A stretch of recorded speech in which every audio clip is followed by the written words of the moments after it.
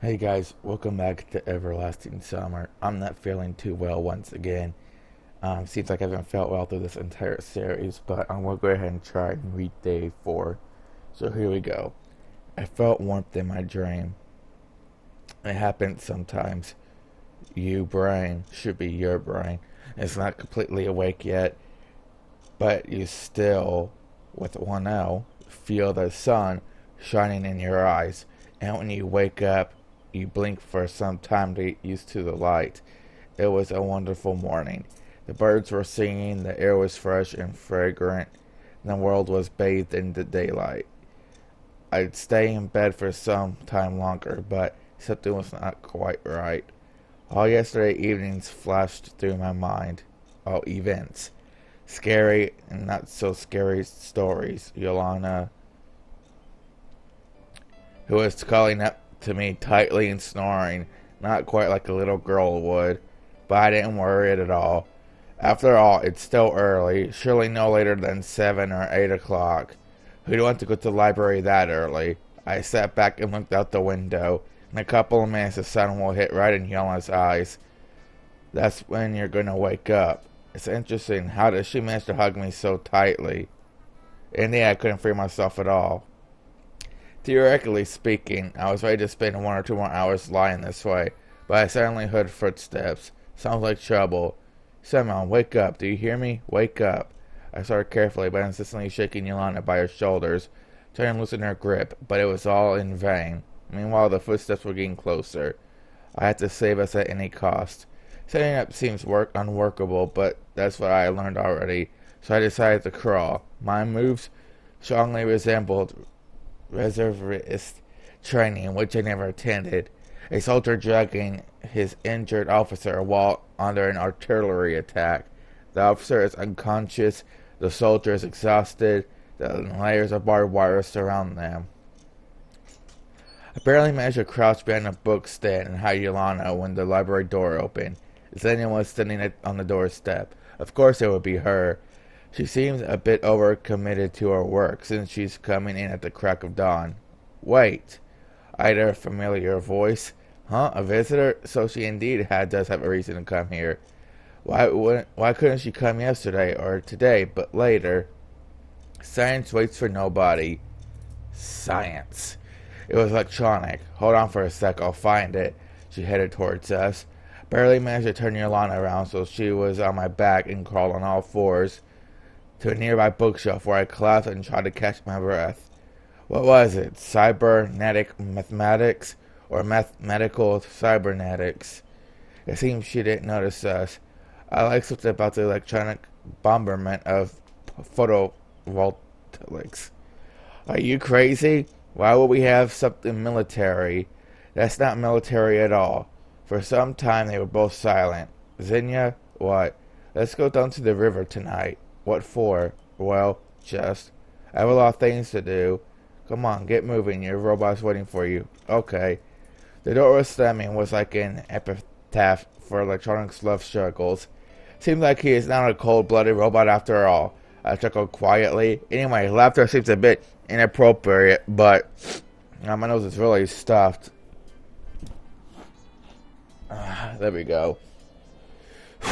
We have to escape the library somehow. Waiting until Xenia goes for breakfast seems to be the easiest solution at the moment. She's a communist labor worker after all, not one of electronics' mythical robots. She has to at least eat sometime. Meanwhile, Yolanda wasn't going to wake up. At least she's not snoring anymore.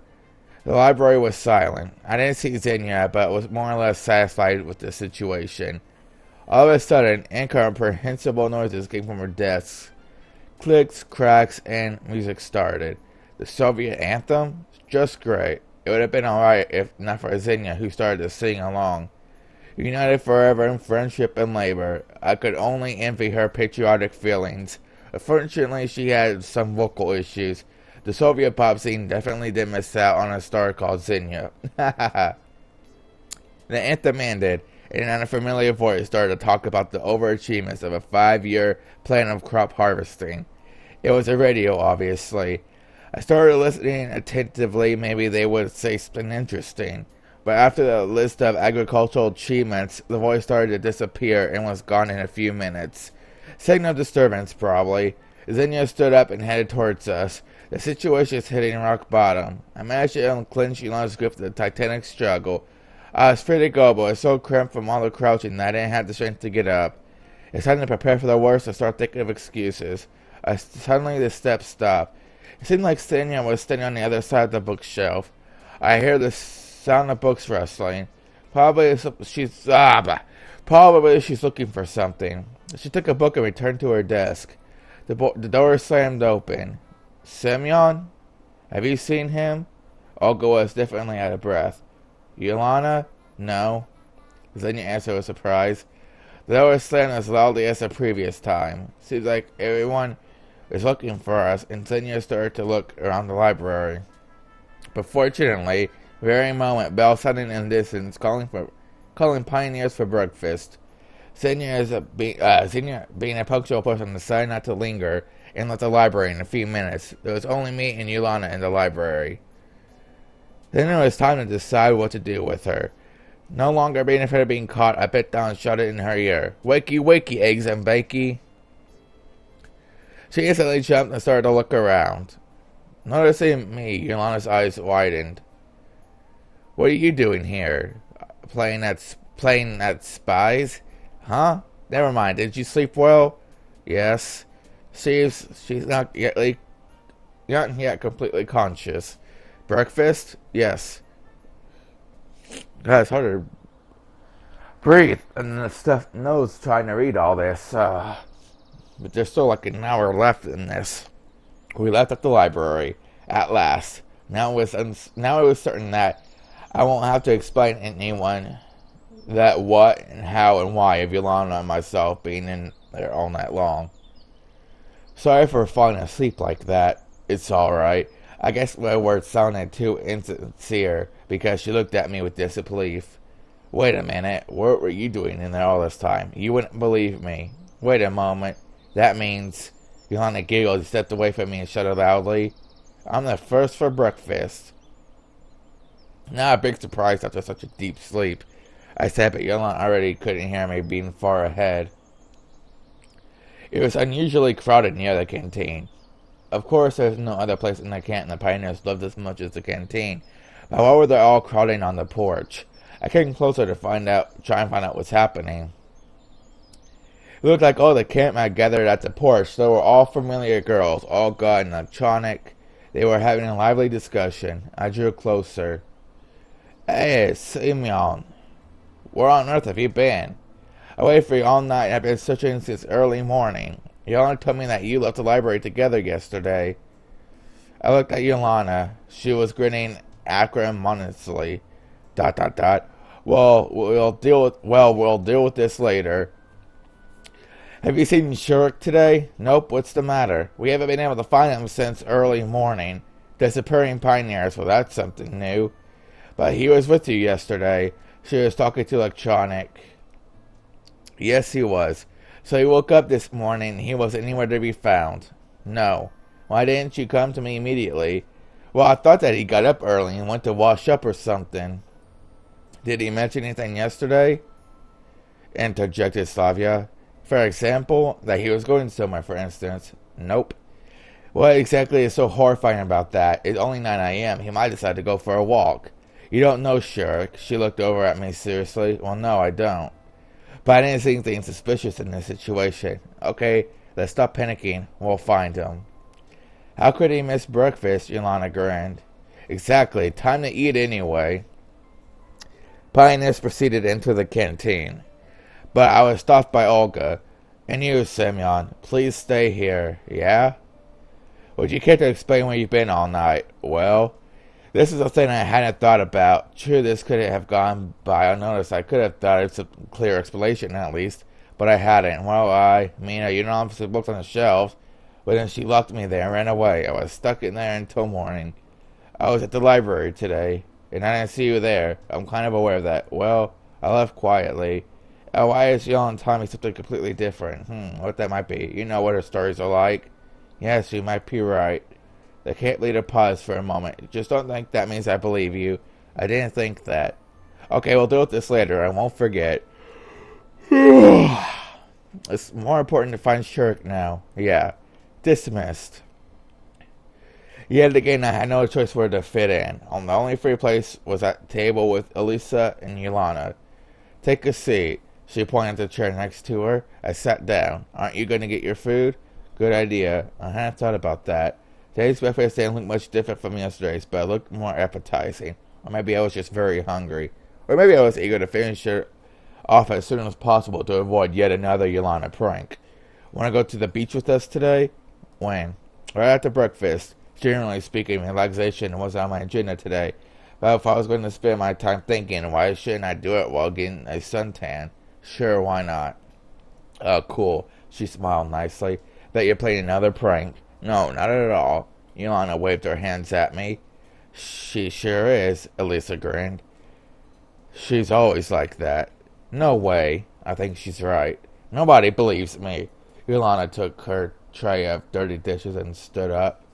Enjoy your meal, she said in such a way which left no doubt nothing good awaits me today at the beach. Me and Elisa were left alone.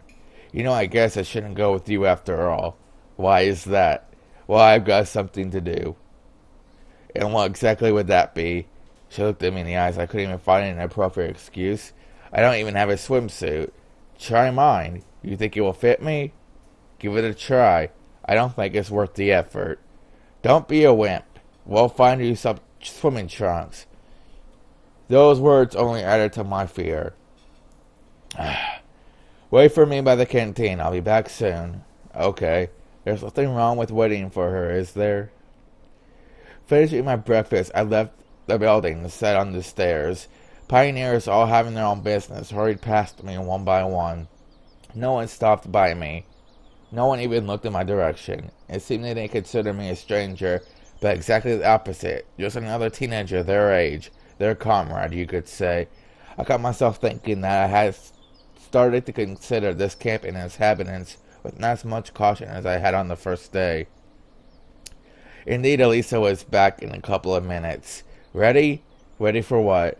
She gave me the trunks, though you could hardly call them trunks. They looked like pink boxers, decorated with butterflies and flowers. Actually, they were boxers. I'm almost afraid to ask, but where did you get these? Too scared to put them on? Well, I had not been the slightest intention of doing so. I appreciated her joke, but wasn't going to make myself a laughing stock. Put them on, she said roughly. Why don't you try them on instead of me? I think the color of your swimsuit would set off your eyes very nicely. Let's make a bet. I had no desire to accept her bets. No thanks. Alright, you either go to the beach wearing them, or you swim naked. Weighing the pros and cons, even the second option seems better than the first. I'm not planning to go anywhere at all.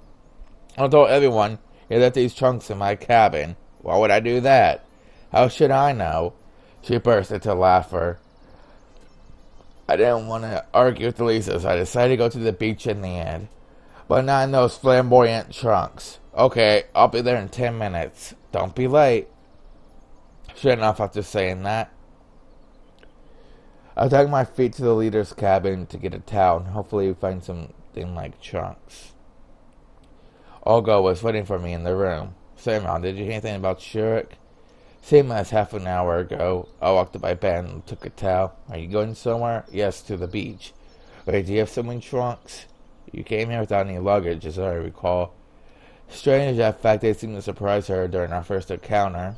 No. So what will you wear? Good question. What? I don't know. Wait a minute. She walked to the wardrobe and unlocked a drawer. In a moment, she had a pair of normal black trunks. Where did she get those? More importantly, why? Someone from the previous session might have forgotten them. Considering all the strange things in this camp, it wasn't really surprising to find men's swimming trunk in Olga's room. Thanks. The trunks were just my size. Oh, guys, my nose is stuffed. It's hard to breathe. Just can't keep reading for too long without getting a good sniff in. I need to blow my nose after I'm done with this video. ... I got changed behind the cabin and went to the beach. A lot of pioneers had already gathered there, but I recognized only Elisa and Yolana. Come here. I walked over them and sat on the sand. I see you found something better. She stared at my chunks and smirked. As you can see. Come on, let's swim. I don't want to. Maybe later. I'm not finished swimming. Suit yourself. The girls ran into the water. Why did I come here? Why am I not out looking for answers? Should I care about it now? Sylvia and Nock seemed pretty normal. Certainly a lot of strange things have happened to me during these 3.5 days, but not one of them taken separately seemed at all supernatural, especially since I didn't get any closer to finding so much as a clue.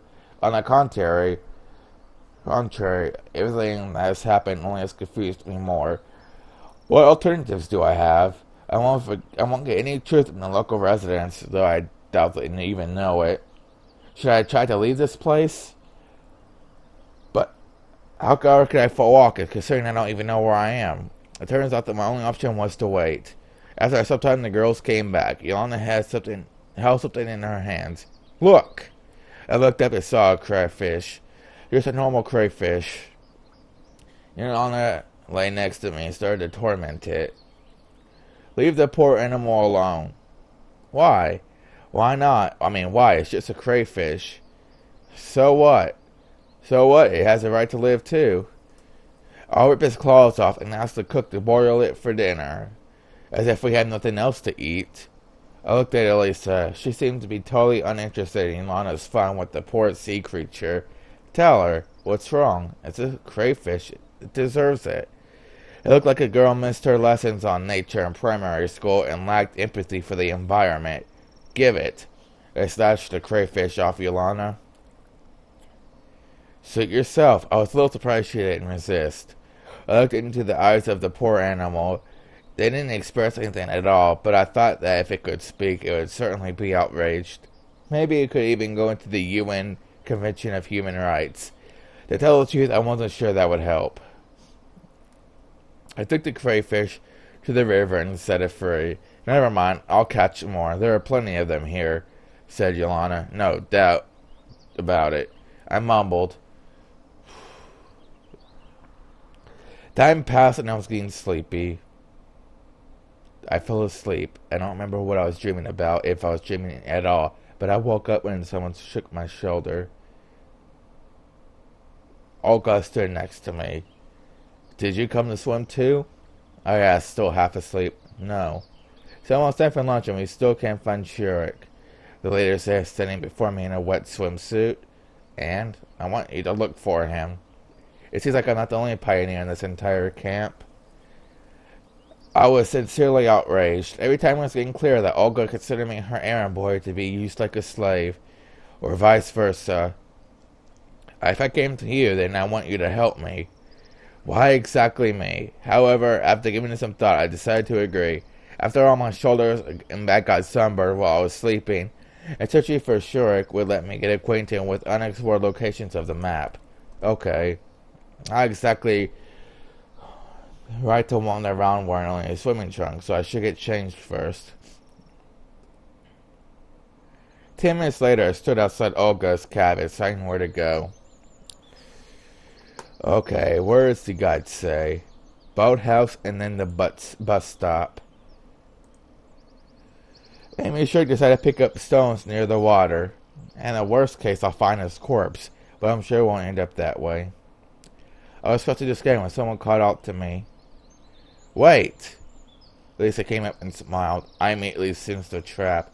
Where are you going? I am searching for Shurik. Olga asked me to. And how is it? Exciting? She looked intently into my eyes and I turned away awkwardly. Not really. But a pioneer is missing. Surely you're not freaking out over such a minor thing. What do you mean? Well, a few hours have passed. Maybe he just got lots of time having a walk. Certainly I had the same idea, but I wasn't telling her that. Yes, that's true. But who knows what could have happened. Let me help you with that. With what? I got suspicious. With looking for Shurik. Oh, but I can do it. Oh, come on. She smiled at me. There was something malevolent, whatever, in that smile. Naturally, her smile was cute enough, but really seemed to me like there was something behind it. Well, if you insist, since I could not understand what's on her mind, I had no real reason to refuse. But before we go, I have to get one thing from home. Okay, I'll wait for you. You're actually serious about just standing there? Let's go. Okay. We approached Elisa's cabin. It would be just like all the cabins if not for a Jolly Roger on the door. By the way, Yolanda is my roommate. Okay. We entered the cabin. The complete chaos inside really reminded me of my old flat. Though why I thought of it as old, in general I would imagine a girl's room completely different. Snow-white sheets, walls, floor, ceiling, shining spotless. But then you could consider the most two exemplary pioneers are living here. We just stood silently for some time. And what do you need to get? Huh? It seems like I interrupted Lisa's thinking. Yeah, it's nothing here actually. Wait here, I'll be back in a minute. She smiled and ran out. She seems really flaky today. I began to examine the room. I wouldn't say there had been an explosion. It was just a decent mess. Well, at least by looking at all this mess created in one pioneer session, I could surely say that I am not the messiest person in the world. The decoration of my apartment took years to complete. I wasn't thinking about anything particular. I was just looking around the room. Posters of Soviet artists, some books on the shelves, some various household items. And then I realized everything is wrong. Something will happen very soon. Something bad. Why did Lisa leave me here all alone? There was something I had to discover. My guts told me that it's too dangerous to stay here. I went to the door and tried to open it. Locked. What a surprise. How did she manage to quietly lock me in? I don't know what's on her mind, but I need to get out of here. I went to the window and opened it and climbed out. Now I could take care of business, or I chose the second option and waited. What was the reason she had me locked up? I wanted to know what was happening, plus I wanted to see if Elisa's face when she finds her room empty. I hid in the bushes next to the house and waited. After some time I heard footsteps. Elisa and Olga came to the house. You'll see everything for yourself. She opened the door and went in. A few seconds later she ran back out. Elisa's face looked as if she just won the mouse catching competition. But at the last moment I found out that it's not a real Olympic sport. So he just disappeared, Olga asked spectacly. I did the right thing by closing the window after myself. Oh no, I understood everything. What, Elisa? I can't say her last name, so. You and your roommate, every time the same thing. Haven't you had enough yet? But it's true. Really, one story after another. Simeon is your cabin. Simeon is harassing you. Why do you keep lying? That's horrible. Elisa seemed really upset. To my surprise, was not trying to argue. On one hand, it was funny to look at, but on the other, I feel a bit sorry for Elisa. She deserves it, though. Our leader finally finished scolding her and left. Elisa was mad. She clenched her fist and trembled. Her face was flushed. It seemed that she was going to explode. I sat in the bushes and laughed quietly. However, I was wondering what was on her mind, and I came out of the hiding place, not afraid of being beaten. So exactly what did you want to show the leader? Me? Lisa turned and looked at me with disbelief. After a moment, my surprise turned to anger. You, what about me? She calmed down a bit. Because you're a loser, and why is that? Because you're afraid to compete with me. When we played cards. What a serious reason. Yeah, maybe I should apologize to you? I asked sarcastically. Screw you. She went to the house, slamming the door. I wasn't angry at Elisa. In the end, I expected her to do something like this. Anyway, I got through it without consequences. I was very lucky. Her confusion and embarrassment just made my day. Chuckling, I left Elisa's cabin, which was about to become my death trap. Okay, now to the bus stop. The bus stop seemed to be a fine choice. A strange thought came across me. Perhaps Shirk is in the same situation as me and decided to run away from this camp. Maybe by the 410 bus. Could it really be turn out to be true if he came in by accident too? Although the chances of that are quite slim. Maybe you never know. What if the bus would really come? However, I could hardly believe in that. Indeed, I spent a couple of minutes waiting at the bus stop, make sure that there's no signs of Shirk or anybody else here. I headed back to the camp. Somebody rushed off from behind the gates and bumped into me. The impact wasn't strong, so I just staggered. Miku stood in front of me and rubbed her bruised forehead. Oh, sorry. It's alright. It's my fault. I was going to the music club. I lost interest in thought about a new song. You know, thinking up the lyrics and music. I hadn't realized how I got here. So you don't have to apologize. Her words per minute rate obviously exceeded the recognition limits of my brain. I made an attempt to retreat promptly. Sure, gotta go, you know. Okay, wait. I wanted to leave as usual without having listened to her, but Miku grabbed my hand. Her grasp gave me the creeps, and as I got a clear vision of an agonizing execution by another rep session. Can you help me a little, please? Just a teensy-weensy bit. That definitely was on my to-do list today. Well, I'd be glad to, but it's pretty please. Miku looked at me with such puppet dog eyes that made my heart start to melt. She totally wasn't going to let go of my hand. And what exactly do you need help? Do you need? No, cup a minute. I can't manage to lose, but I can't manage to compose on my own. I can sing or play, but I can't do both at the same time. Even our virtuoso has her weaknesses. Well, you know, I can't really play any instrument. Never mind that. I'll show you everything. Come on, let's go. Okay, don't go with Miku. You know, I should be searching for Shirk and all that stuff. Miku looked at me with frustration. Just for a little bit. I was lost for words. She took me along with her. Probably nothing good would come out of this. But the only way to get her off was to wrestle my hands out of hers. But that wouldn't be very nice. Nothing bad will happen after all. Probably. Within a minute, we're already studying the music club. Miku took a guitar. Here, have a look. She sat down and started playing. I tried to follow her hands. The tune seemed quite simple. It seemed quite easy to repeat it. Got it? Kind of. Let's try. I took the guitar and started playing. That didn't really work out. Let me show you one more time. She played music much better than me. Looking at Miku, I wondered. Of course, she was a chatterbox. She was naive and clumsy. However, she was extremely talented in music. Try again. I managed much better the second time. Well, much better. She smiled. It wasn't hard, in fact. Just repeated the same notes over and over. Just don't lose track. Start on my command. Okay. Ready? Go. It was a song in Japanese. Frankly speaking, I didn't understand a single word, but Miku was singing was quite good. In fact, it was outstanding. She put her heart in every note, every word. Yeah, music probably is the best.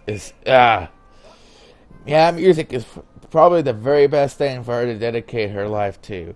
It seemed like it wasn't her who chose the music, but the music that's chosen her. The last half an hour presented music in a completely different light.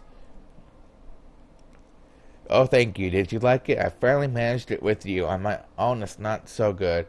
I either messed up with the words or missed the strings. It was just perfect with you. Thank you so much. You really have a talent, you know, just to play like that without any preparation. Nope. It seems I changed my opinion about her too hastily. Thanks for the song. Gotta go. See you. Thanks for... The rest of her words were left behind the door. I leaned on the wall of the club cabin inside. Miku's song was still playing in my mind. ... I went for lunch with mixed feelings, with a sense of accomplishment and with the realization of time wasted. The canteen was crowded. I couldn't stay unnoticed. Olga called me. Simon, come with us. The camp leader, Slavia, and Electronic were sitting at the 4-seat table. I nodded and went to get my food. This time I had spent several minutes in the queue. Today's menu, they seem really different from the other day's menus. This just looked the same, at least. When I sat at the table and wished bon appetit to everyone, Olga said, "So what are you thinking? About what?" "We searched for Shirk all around. It's noon and he's nowhere to be found." I took a note of rhyme, but I didn't want to point it out. "Well, we looked all over the camp. I went all around the neighboring forest." Olga looked at me. "And I helped too." "We must call the police. Maybe we should wait till the evening?" I asked lazily. "Maybe he went home." "That can't be. Shirk lives thousands of miles away." "By train? The nearest station." She paused. "It's far off." Now it's getting interesting. Every time the conversation reached a point concerning ways I could leave Sovnok, all the camp inhabitants started changing the subject. How far is far? Really far? The cat merely looked at me, indicating with their expression that asking more questions was not advised. So we should go deeper into the forest. Maybe he got lost. Shark always takes a compass. Chimp chimed in electronic. I wonder what else could be found in the magic vest, assuming he has one. If I were going to get lost in a forest, the compass would be of no real use. Police. We should call the police in the evening. Not right now, at least. Okay, so you'll do it later. They were all silent. We should all be able to find them before the evening. We still have time. If we actually got lost, we have no time to lose. We cannot be sure. Then where is he? Where? There was some truth to the cat leader's words. Hiding the whole day just like that is suspicious. Why would he do that? He sure seemed to be a quite serious pioneer. Ilana would have been a better fit for this behavior. So is there a good reason to believe that he is gone? All that could be done has already been done. We'll just have to wait. Sylvia, Glotonic, and Olga looked at me sorrowfully, but didn't say a word. I finished my lunch, took the tray back, and left the canteen. It's still the first half of the day, but what now? The cat was drifting off for an afternoon nap. Only Genda stared at me through his glasses. Of course, he was staring somewhere else, but I had a feeling that he was constantly watching me. But he knows where Shirk is hiding. He just can't say anything. The disappearing of the cybernetics club leader made me think. Maybe it's got something to do with my case. Oh, Pioneer. The nurse stood in front of me. I looked at her curiously. Go and take my place at the infirmary. I have an urgent call. Somebody is injured. Me? Yes, you. Take the keys. The nurse threw me the keys and ran off. Why me? Is there anybody else in the camp? What exactly should I be doing? What if something happens? Oh, what do I do now? I missed my chance to refuse. I stood in front of the door uncertainly. On one hand, there is nothing to worry about. I'll spend half an hour or so. I shall be back. But what if someone comes for actual help? What if a broken leg or a head injury? I began to worry too much. I hope there are no injuries more serious than bruises and scratches in this camp. But at the same time, I could not shake the idea that in a serious situation, I would be absolutely useless. I don't even know how to perform CPR. The magazine on the nurse's table caught my attention. Good way to relax, I guess. This is labeled Soviet fashion. My publication date or month were absent. However, this was not a surprise. There were much stranger things happening here. I didn't know much about Soviet magazines. Maybe they didn't actually have publication dates on them. Models dressed in old-fashioned clothes stared at me with the glossy pages. Nowadays, nobody will wear such clothes, I remarked. I wonder if Slavia, for example, considers this fashionable. I can only imagine what would happen if she appeared in my time wearing something like this. Imagine we are walking in hand. I'm wearing my coat with a hood, and she's dressed in lavish dress covered with lace and things. Seems like I'm already imagining Slavia in my world. Which, I'm going to spoil it for you guys. Slavia in good ending is in his world. She just has no memory of this place with me. Not only Slavia. This dress better suits Yelena. This cute Seraphine would look good on Elisa. The skirt and cardigan would look nice on Lena. If only they could be real. Now I saw them, heard them, could even touch them. But they were still here, and I simply don't belong in this place. It's alien to me. I'm just waiting for a chance to get out of here. Waiting because nothing is up to me anymore. I sighed and put my head on the table and fell asleep. ... I was awoken by the noise of the door opening. Lena stood at the door. The nurse isn't here, then I'll come back later. I'm substituting for her. Since I am responsible for pioneers' lives, I should do it with full responsibility. Although in fact I was just afraid of something bad happening because of me. Any health complaints? I tried to give Lena the most professional smile I could in order to not confuse her. Nothing special, just a little headache. Let's do this. Smiling. Some painkillers, maybe. Of course, I wasn't aware of where to find some required medicines, so it took me a while to find them. Finally, I handed a Mademoiselle tablet to Lena. Thanks. She smiled. That was completely unexpected, and I lost touch with the reality staring at her. What? Lena turned awkward in an instant. Listen, I've been wondering, do you like this? I don't know what it got to me, but I grabbed the magazine from the table and showed her that picture or a skirt and cardigan, which would totally suit Lena in my opinion. Maybe I went completely nuts thinking about all the girls being in my world. Or maybe I wanted to distract myself instead of just waiting for the nurse to come back. Lena looked at the picture. Yes, I guess. Is stuff like this in fashion? I guess. She got confused and started blushing. Why do you ask? Really, why? What's this thing say? Just asking. I got poison and canteen. Okay. Just asking. Well, quite for some time. How is your headache? Much better, thank you, she smiled. I'll be off. Good luck. Elena went out and I continued to look through the magazine. ... After a while, somebody knocked at the door again. It seems that the infirmary is the most popular place to go. So I decided to roleplay a nurse, just a male version, and said, "Come in." The door opened and Yolanda entered the room. Wow, did I miss the moment when you decided to start knocking? Anything wrong with me knocking? She frowned. But does it hurt? Why on earth would I tell you? Where is the nurse? Right in front of you. I imposingly crossed my legs and looked questioningly at her. I better go. It'd be better to die than be traded by you. She smiled mischievously. You didn't even let me try. Yolanda thought for a moment. Though you could give me some pills. What's bothering you? It took her some time to reply. A heavy stomach. Sure it's not an empty head? I muttered under my breath. What did you say? Nothing. Give me a second. I found the pills on the first drawer I opened. Thank you, doctor. She smiled cheerfully. Watching Yolanda, I could not imagine how an optimistic and active child could have any health problems. Okay, got food poisoning from the canteen? Considering the local cuisine, it's not that surprising. Maybe.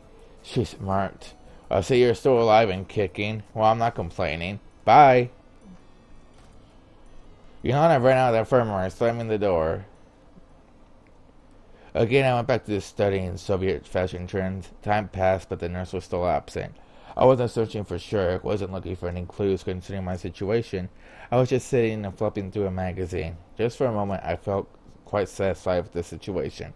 So far, everything that has happened here could have been just a trip from us to us. So far, everything that has happened here could have been be seen as just a trip to a summer camp. And if nothing changes anytime soon, then I can start worrying. Again, somebody knocked on the door. Did I miss the outbreak of an epidemic? Savia was standing at the doorway. Oh, hi. Is it the nurse here? No, she's not here. I'm taking over for today. Great. She hesitated. What? No, it's nothing. It's strange. I wouldn't even think that such an open person as Slavia would keep something quiet. Is there something bothering you? Tell me. That's why I'm here to treat people. I smiled widely. No, I mean yes, but no. Hearing that made anything possible, even decision by zero. So how can I help you? You? I guess you can't. She smiled and was going to leave, but suddenly stopped. However, could you step out for a minute? Why not? Okay. I stepped out of the infirmary, leaned against the wall. I wonder what she might be doing, something I can't even see. After a minute, the door opened and Sylvia came out. She was carrying a small bundle. She probably needed tampons or something. Okay. Do not ask about the bundle.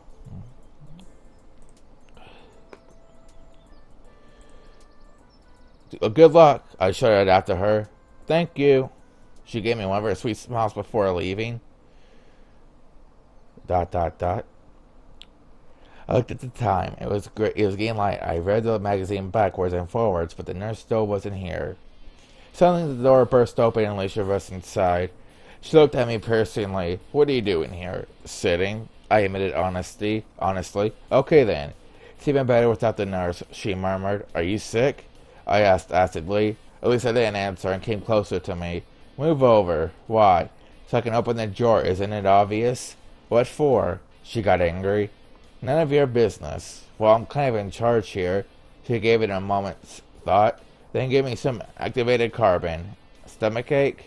Yeah, she grinned sharply. I got the feeling there was something wrong here. Do not give it to her. Really? A stomachache? Really? Does it seem so? Why do I have to toss my lunch all over the place for you to believe me? I don't know what terrible things can be done with activated carbon, but I'm sure you'll think of something. She hesitated. And what if you're right? There, I knew it. Then I'm certainly not giving you anything. At least I tried to get the drawers, but I blocked with the pillbox with my chest like Alexander Mastrov. Alexander was a Soviet infantry soldier during the Great Patriotic War. Blah blah blah. Awarded the great title of the hero of the Soviet Union for blocking German machine gun off his chest. Okay, cool. For all her impudence, she was still just a girl. She had no chance of pushing me aside. Whatever, I'll find it somewhere else. She turned away and headed to the exit. At the door, Lisa stopped and looked back.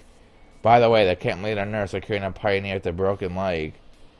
I really don't care, but they seem to be struggling. Yeah, sure. Come see for yourself. Lisa seemed to be lying by the hand as long as I could see her. I came to the door and looked outside. No one was there. Where exactly? They haven't reached here yet, then. She made a helpless gesture. Have fun. I returned to the table only to realize that one of the doors was open. How did she make it so quick? I turned my back for just a second. Though what evil can come from activated carbon? ... It was 15 minutes till dinner and the nurse still wasn't back. I guess just leaving a place like this won't do. She asked me to look after it after all, and who knows what might happen if I leave. Though who would want to steal anything from here, except for Elisa stealing activated carbon? I opened the magazine again and began flipping through it for the 9th time. Wait, did I say 9th time? Or whatever. The fashions of the 80s weren't that fun anymore. Yawning got me several times. It was already 6 o'clock, so this dinner has already started. Of course, I had to be on the watch till the end, but my stomach seemed to have its own opinion on the matter. I stood up and steadily headed to the exit. A rustling sound came from behind the door. Could it be that someone else got poisoned, broke their arm, or even worse? I stayed heavily and pulled the doorknob. However, no one was out there. It seems it was just my imagination. I returned inside and instantly noticed that something had changed in the infirmary. To be precise, an apple had appeared on the table. But where from?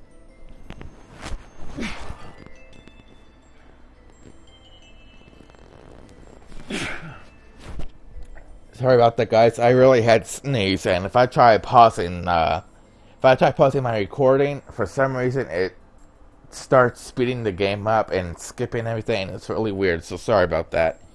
But where from? First, can't just materialize from thin air by themselves, can they? Though in this camp, anything is possible. Chances are someone just brought it here. Maybe Lena wanted to thank me. Given that she's shy and all. But wait, how could she just slip past me like that? Lena wouldn't climb through the window after all, so there must be something else. I was suddenly overwhelmed by fear. What if the apple was poisoned? Though, why would someone complicate things when I'm here totally helpless and be killed way more easily? Or it might be that the apple which Eve tasted in the Garden of Eden. In that case, I certainly shouldn't eat it. The same second, my stomach reminded me that it was there by rumbling treacherously. However, it would take time to be close to the infirmary and reach the canteen to get food.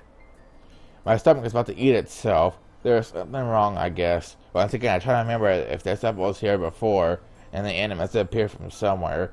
Maybe it got here through the window. The shutter was slightly open. Someone must have reached in here and put it in here. Nothing serious, however. I am not going to eat it. No. Not even assuming that is a normal apple in any case, I shouldn't eat unwashed fruits. Just like that, I found a reason for my fear and put the apple away. It was time to go for dinner. Along the way, I ran into Electronic. How's it going? Did you find Shurik? No, still no sign of him. Don't worry, we'll find him. I tried to cheer him up. Too much time has passed. I'll just keep on searching. What about dinner? No, finding Shurik is more important. He murmured thoughtfully. I left him at the crossroads and wished him good luck. Poor Aeneas crowded in the doorway. I quickened my pace, trying not to be the last one in line, at least for today. And I was lucky in the far corner was an absolutely empty table. I took my dinner quickly and sat at the table. Tonight's dinner consisted of fruit soup and a pair of buns. This surprised me at first, but the taste was actually nice. I'm concentrated on eating. Lena, let's go here. Look, 3 free chairs. Lena, Miku stood in front of me. Were these taken? Wondered Lena. No, take a seat. Of course I wish you were alone. Thank you. As soon as Lena said that, Xenia jumped out from behind her back. I'll sit here. There are no places left, she said, putting her tray on the table, sitting down, not even waiting for my answer. Sure, make yourself at home, I murmured sorrowfully. What? Nothing. To tell the truth, I wanted to reduce the whole company to just Lena, though neither Miku or Xenia were causing much trouble, except one was too talkative and the other was too arrogant. But nevertheless, they were absolutely harmless, especially comparing some the others I could name. Oh, it seems like I forgot my key. Don't worry, take mine. I was surprised by Miku's short reply. Do you live together? Of course, didn't you know? Together our cabin is the most rearmost. Farthest from here, the last one. I wouldn't even be surprised if somebody told me that Lena lived with Slavia. Or with Xenia at worst. Even electronic. But silently and shy, Lena excessively talkative, and Miku as a pair. That's really a surprise. Did you find Shirk? Is it strange that Xenia is disturbed by someone's problems? No. Surely he is at the village buying cigarettes or vodka, she snorted. Village? At the moment, this conversation got much more interesting. Got a problem with villages? Xenia looked amazed. You mean there's a village nearby? I think so, she said uncertainly. I looked at Lena and Miku, but they were busy with their meals and did not pay attention to our conversation. You mean you don't know exactly? Why should I care? Xenia stared at her dish. But there must be something nearby. Listening. I don't know. Will you let me eat? Seems like I won't get anything from her. Though there is a chance that she really doesn't know. The remaining time spent listening to Miku talk about some nonsense, I was slowly mad in silence. Obviously, the first thing I did after getting out after that was inhale a great breath of fresh air. The sun was setting, and I decided to take a walk. It's highly unlikely that I will find anything more exciting to do for the rest of the evening. That way, something interesting could arise quite unexpectedly. I was approaching the square when I heard a loud bang. It seemed like something had exploded. I was paralyzed. I am in a hostile environment, not knowing the rules and laws of this place. It could be better for me to run, but at the same time I was curious.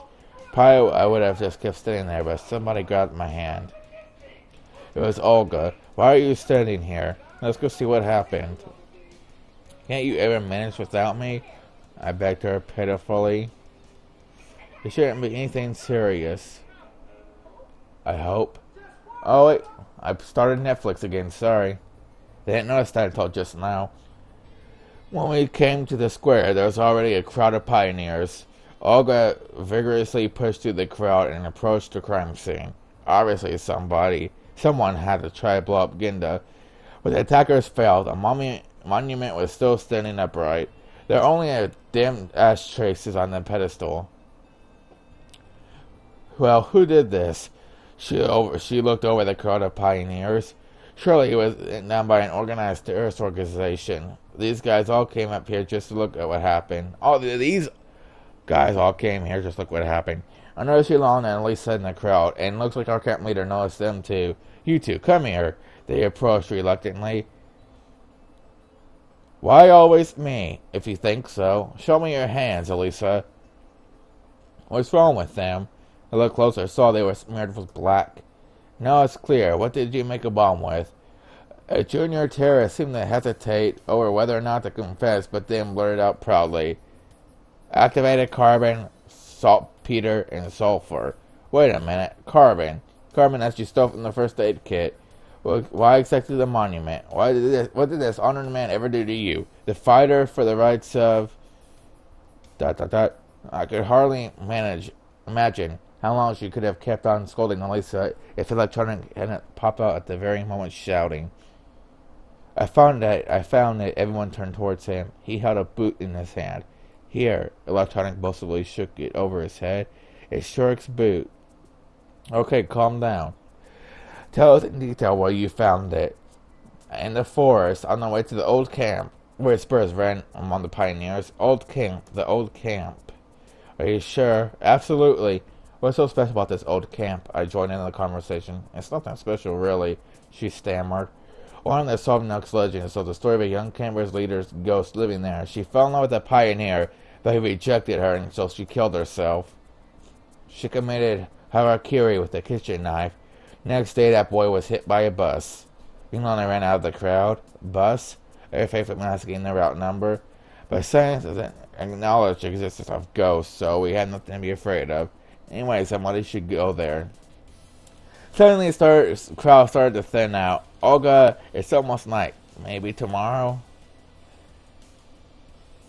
I turned around and saw Slavia and Lena. What if at night something happens to him? No, today, right now. By the way, where is this place? Electronic roughly described me to the direction and told me the story of the old camp. The old camp looked at me attentively. If you think that you're the only man here on the area, of course. Electronic was quick to flee. I still didn't want to walk in the woods alone. If you asked me, I would. Okay, we're going with Ilana.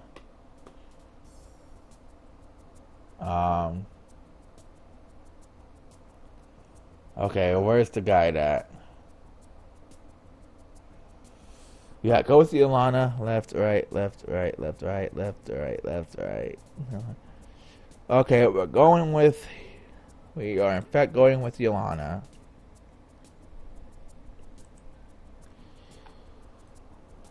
Count me in. I looked at Ilana astonished. Her thirst for adventure seemed to have no limits. Look, night, ghost, no camp, it's great. On the one hand, such company always promises trouble, but on the other hand, it feels safer going together. Perfect.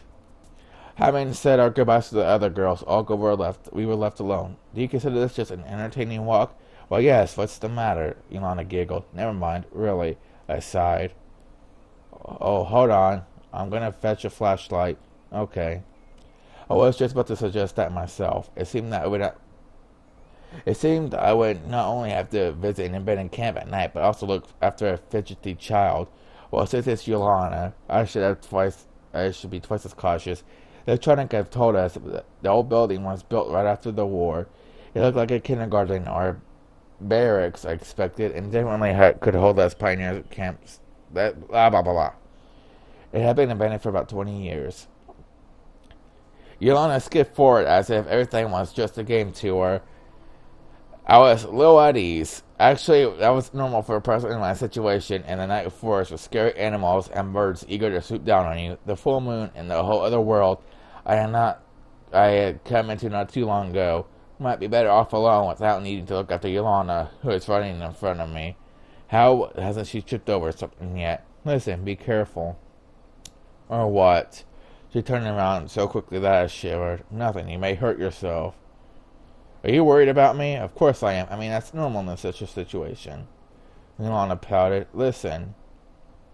I decided to continue our conversation. It's more relaxing and less scary this way. But what about that old camp we were saying back there at the square? Yeah, it's a really scary place. They say that all pioneers died there and became ghosts which guard their last earthly refuge. What did they die from? It was kind of hard to believe her scary tales. How should I know? I wasn't even born back then. But you say it so confidently. I get information from a reliable source. Where would that be from? Elisa? Not gonna tell you. So what happened next? They died and became ghosts? That's all. What do you mean, that's all? And now there are souls of the dead pioneers roam around the camp. Take anyone who dares enter the world of the dead. Oh, wow. Okay, let's move along. Time passed. We went deeper into the depths of woods where the trees enclosed. Suddenly, I realized that the forest had gone completely silent. As if the birds had hidden and waiting for something had dug into the ground. Even the wind had died away. I imagined that the streams of moonlight breaking through the thick foliage were ringing like plucked strings, or plucked strings, whatever. At least trees parted and we walked out to a large glade. My reading skills are getting bad. In the middle of it was an old building resembling a kindergarten. It was shrouded in thick fog. It looked like we'd come out in a cemetery. In an old building camp, I said there was a crypt. According to Ilana, there were pioneer souls roaming here. Truly, it was like a mass grave. I shivered and clutched the flashlight tighter. Is there a place to tell you? Oh, come on. She patted me on the back carefully, which only made me more scared. I was about to move forward when the moon showed among clouds illuminating the glade, the old camp building, and us. Under that light, everything seemed not so old. The crumbling brickwork, rusty slide, merry-go-round, the few panes of glass that miraculously remained in some of the windows, they all became more vivid. I started to imagine that unknown monsters came out to the glade from the forest, a place of eternal darkness where even the moon can't ring. I hoped that they feared the light like vampires, though maybe they could turn into giant wolves at the full moon like werewolves. Why haven't you stopped? I'm thinking. Or why have you stopped? I don't know. About what? Why would Shark want to come to such a place? How should I know? We'll ask it when we find him. Yeah, obviously. I mumbled and followed Yolanda. She walked more carefully now, looking under her feet, stopping occasionally, and even looking back several times. That's natural in some places. The grass reached her chest height. Nobody knew what could be there on the ground. Scrap metal, stone, shattered glass. We finally reached the door and Yolanda. Oh, I skipped it, sorry. Well, here we are. As if you'd won a race. This isn't a game. You're what? Boring. I made a displeased face and stepped confidently into the darkness. It was dangerous to let Yolanda go first. Dangerous for her, dangerous for me, and maybe even for all humanity. The inside of the old camp building made me even more depressing impression. I even felt sad for a moment. Probably for the people who lived here back then. It was surely been full of the joy of children in the past. Pioneers running around, played games I had forgotten. A strict leader like Olga maintained order. One session ended and a new one started. And now it's just standing here, crumbling, rotting, forgotten. Look, Yolanda gave me an old ruined doll, falling apart from the damp. One more piece of the past. So what? Nothing. She moved out of the light, but I noticed sorrow on her face. As sad as a cemetery. Scary. I haven't seen anything scary yet. It was indeed more relaxing in here than outside. It was really like a cemetery as you look for a specific grave while walking among countless tombstones, feeling discomfort inside, but then you find it and your soul calms. And as you lie next to it, I shuddered and let the flashlight play around the room. There were no signs of Shark. However, what did I expect to find here? His corpse? Looks like he isn't here. What about the second floor? Shark! I called loudly, but only my echo answered me. Shark, come out! See? We should check anyway. Okay. Well, there are no signs of life on the second floor either. I sat on the stairs and hung my head, feeling doomed. Where to next? We can't walk around the whole forest, and I'm already sleepy. Why did you whine so much? Ilana was irritated. Whining and whining, just like a kid. Oh, am I wrong? Right or wrong, what's the difference? If we're looking for Shark, we must find him. But how? I begged. I don't know. Somehow. Ilana looked like a strict teacher and myself like a careless schoolboy. But shouldn't it be the other way around? Look. I turned the light in the direction she pointed and noticed a trapdoor in the corner, surrounded by garbage. It looked like they had been opened not too long ago. Maybe he's down there for sure. Yolanda rushed to the hatch and made a great effort to open it. Why would he go down there? It was probably, I don't know, some villagers. Is there a village nearby? I don't know, Yolanda replied, breathing heavily. She hadn't managed to open the trapdoor. I started thinking. There was surely a possibility that Shark might be there. I don't know how much about this world after all. Actually, I knew nothing. Why would local residents act accordingly to my logic? Could it be that he tried to escape down there but was running from wolves? Are there any wolves, though? Maybe owls? Okay, let's check it out. I restrained my struggles and managed to open the trap door. It crashed loudly on the cracked wooden floor, and at the same moment, Yolanda leaned over the hatchway, lying at the basement with the flashlight. It's some sort of tunnel. A tunnel?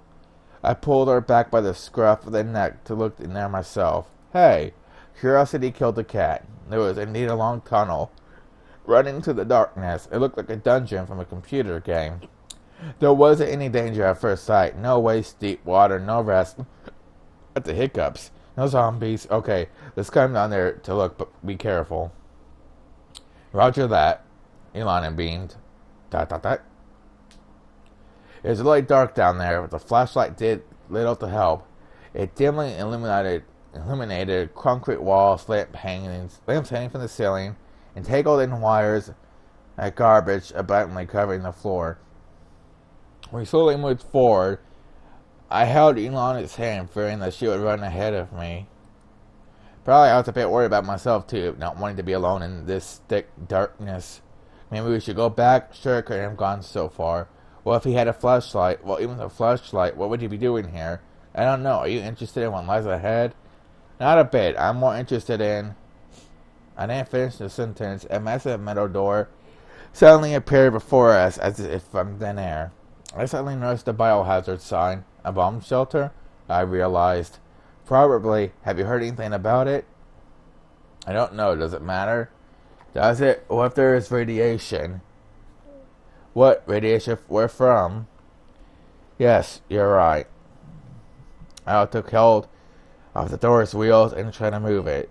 Yet it yielded to my surprise and groaned like a dying dinosaur. The door opened at last, and y'all I ran in there as soon as it did. Hey! Behind the door was probably the main shelter room. There were several beds next to me, and some devices near the farthest wall. Lockers, fluorescent lamps on the ceiling brightly illuminated the room. Where does the electricity come from? Are the backup generators still working? I turned off the flashlight to save the battery. Ilana started to rummage in the lockers at once, taking out gas masks, packages, and various tools. Don't you have anything better to do? No. She looked at me with displeasure. I sat on the neatly made bed and looked around one more time. Right across the room from me was a doctor, the same as the one we entered. Could sure have gone through there if he was here at all, and why? Why the long face? Just tired, I honestly confessed. Then rest for a while. Ilana jumped at me and pushed me in the chest. I reeled back in surprise and hit my head against the wall. What are you doing? I grabbed her arms and pulled her towards me. She also balanced and fell next to me. Ouch.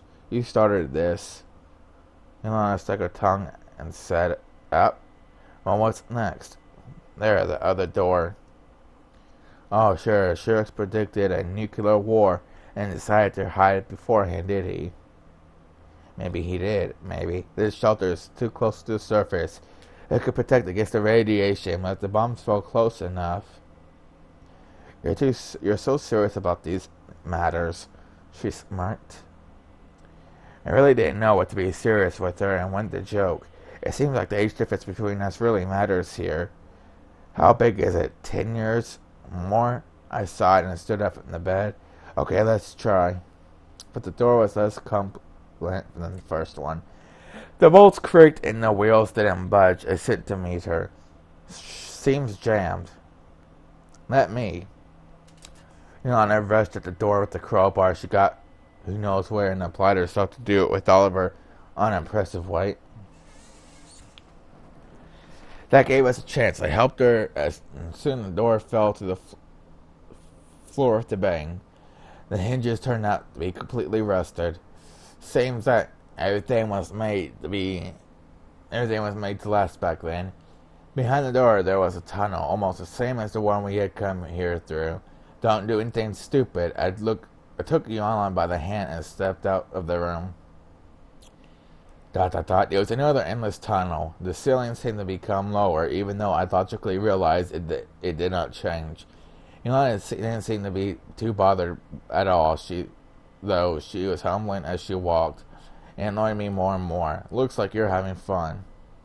Of course I am, aren't you? No, I don't see any reason to have fun. We should find Shirk quickly and get out of here. He may not be here at all. Then why the hell? Look. Ilana snatched a flashlight from my hand. There was a huge hole in the ground, a couple of meters in front of us. He may be down there. She walked on the edge and leaned somewhere else. Looked like there was a mine under the tunnel. The depths of the hole was low enough to climb out of it, so I knew Ilana would say next. Come on. I went to object, but she had jumped down. leaving me in complete darkness. Hey! I had to follow her. I don't know what they dug for here, but the mine had been abandoned for a long time. The planks had become damp, the rails were rusted, earth broke through the walls in some places. The whole tunnel leading into the unknown was suspicious. It looked like it was about to collapse and bury us. Come on, Ilana desperately pulled on my arm. Where to? What would Shirk be doing here? What if? She made a serious face. What if he's sitting here somewhere injured and waiting for help, and we just turn around and go, leaving him to die? I estimated the height of the ceiling one more time and walked slowly after the restless Ilana. ...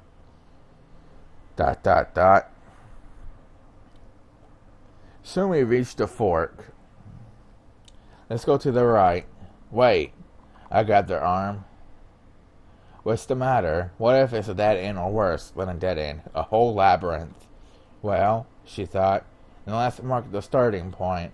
And I picked up a large stone from the ground, scratched across on one of the beams that supported the ceiling. Do you think that will help? It will. Probably I'll have to choose where to go, so I can't just leave it to a little girl. Okay, go left. Right. Left. Right. Left. Right. We came to some kind of miners' camp. Picks and helmets everywhere. Rusty wagons stood in the corner. All the items were so old they dated from the beginning of the 20th century rather than the middle. So this really is a mine, which means we could wander around here for ages without finding a way out. When I sensed that exit was somewhere nearby, so we went further. So I'll do the same thing here. Left. Right. Left. Right. Left. Right. At last, the ray of flashlight revealed in a wooden door in the darkness. Here we are. Where? Somewhere, I don't know. But she was right about something. At least we gotten out of the labyrinth. After all these turns and forks, I wasn't sure that we'd ever make it back. But on the other hand, why wouldn't this mine have any exits? Opened the door and stared into the darkness, so you won't go first as usual. Well, okay. I stepped over the threshold. A small room was beyond the door, maybe a storage room for a bomb shelter. There were bottles, cigarette stubs, which means somebody had been here before us. It wasn't an encouraging fact by itself, but now I was certain that there was another exit from the mine, since they couldn't have come the same way as we did. The ray of the light moved around the room, examining every corner, suddenly lit up like a human figure. It was Shirk, huddling up against one of the walls. Hey, there you are. We have been looking for you all night, and you, it seemed he hadn't noticed us. The same mumbling something. Shirk! Who's that? What do you mean, who? Your rescue team. Get up and let's go. I won't go anywhere with you, he mumbled. You'll lead me around these tunnels again, I know. I won't go anywhere. I'll stay right here, and you won't let... blah, blah, blah. Stop with your nonsense. And it looks like he's gone insane. No, you won't trick me this time. Stop it already. I took a few steps towards Shirk, but he jumped up at once and waved the metal rod. Don't come near me. Leave me alone. Calm down. It's me, Semyon. Don't you recognize me? Semyon? No, you're not Semyon. He noticed that Ilana, who's standing next to me, had disappeared somewhere. You're not Semyon. I'm going to... In the trembling light, Shirk's head appeared for a moment. Wielding the metal rod, I covered my head instinctively. Nothing. When I opened my eyes, he had already disappeared. Ilana stood next to me and giggled, holding the metal rod. Just like a scout. Wait, yeah, scout. From somewhere far off, the devilish laughter of Shirk was heard. He ran away. Screw him. I don't care if he dies here. I spat on the floor and leaned against the wall. If it hadn't been for Ilana, I wasn't prepared for that. Shirk might not have killed me, but he could have seriously injured me. But to be left lying here injured would have been equivalent to death. We don't even know when help will arrive, and would they be able to find me in this labyrinth? Why the hell did I agree to come here, indulge in that girl? You look like you're going to kill somebody. If a good candidate presents itself. Yana shuddered. No, not you. I mean, nice to spank you, but there's no reason to kill you. She smirked. Yet. Oh, you. Okay, it's definitely time to get out of here. They could send a special forces rescue team. Ghostbusters, whatever. Tomorrow, I don't care. Will we go back? I looked around the room once again and noticed the door to my left. Wow. The door was just like in a bomb shelter, a massive metal one. Pulled the wheel a couple times, but it just creaked dully. I wonder if I only had that crowbar. It doesn't work, as in a depressed voice. No. Actually, I didn't have any strength left. In another situation, I would restrain myself, ask Ilana to help, look for something to use as a lever. But now I just want to get out of this mine. I wanted to hope there was a path of at least resistance for us to take. And that meant hoping that I remembered the way through the labyrinth. Let's go back. Okay. She smiled and took my hand. We walked even slower on the way back through the labyrinth. Stones were scattered under our feet, water dripped from the ceilings onto our heads. Feeling like drops of molten tin, Yolanda quieted down and followed me in silence. Did something happen? What do you mean? It's strange for you to be so quiet for more than a minute. No, everything was alright. But something was wrong for sure. One fork after another, a minute ago I was certain that at the next corner I would see the cross Elon had stressed before, but I was wrong. My faith in the ability to guide us was melting away with each second. Well, whatever.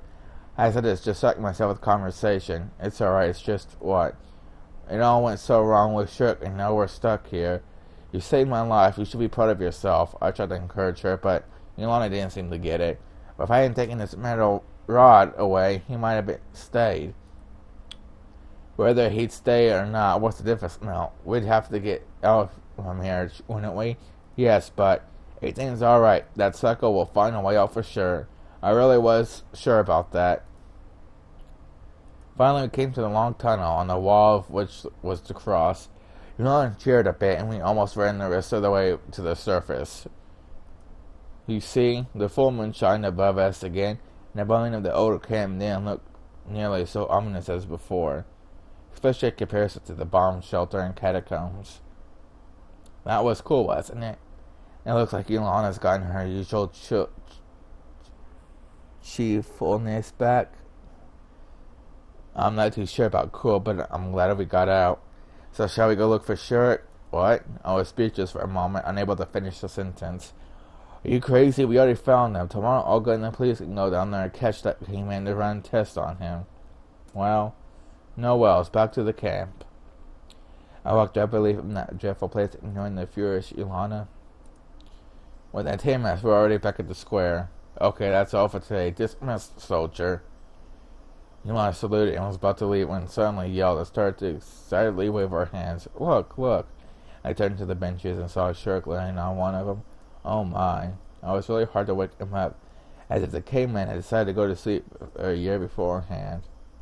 What? Where am I? He mumbled in his sleep. You want to explain yourself now?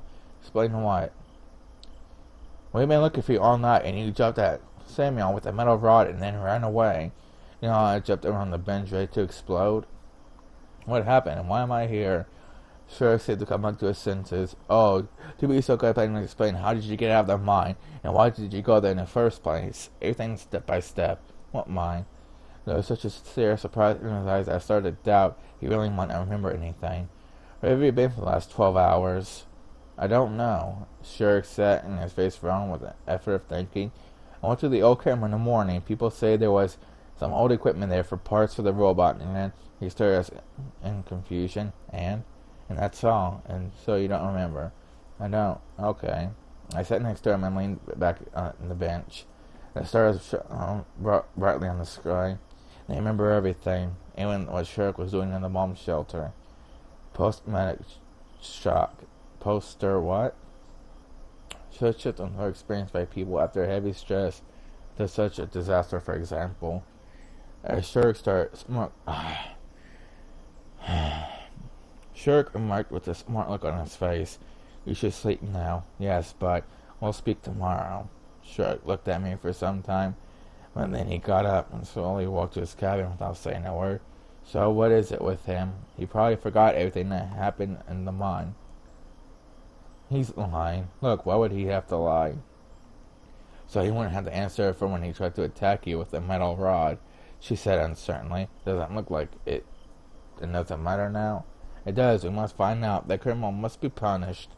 If that rule was applied to you, you would have been placed under house arrest a long time ago, or worse. What does that have to do with this? I don't leap at people with a rod. It wasn't intentional. He's lying. He may be lying. I was really exhausted up to today, especially at this nut, and I really don't care whether Shark was speaking the truth or just pretending to. It really looks like he doesn't remember anything. I'm going to sleep. And then, I jumped up and stood at her tiptoes. Good night. You too. I don't know. It seemed like there was something special in the expression of her face that moment. I didn't care. The camp leader had been waiting for me at home. I thought you wouldn't come back. I would have expected any reaction from Olga, except that one. Said she went with Yelena. Aren't you supposed to worry about us? Why should I? You're okay. Okay then.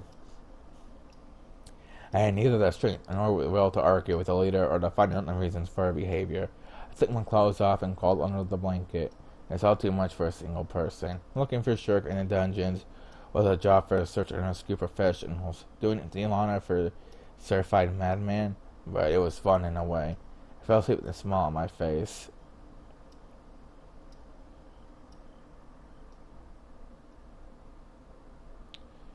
Oh, good. Finally, that was a long day. I'm sorry, guys. I know it was really hard to go through all that because, my head hurts, my nose is really stuffed, and my throat's kind of clogged up, too. But, I wanted to get another video in. It sucks being sick for the past few videos, but I don't want to stop just because I'm sick, but, it makes it a hassle trying to read for this long. But thanks for watching, guys. I'll see you in the next video.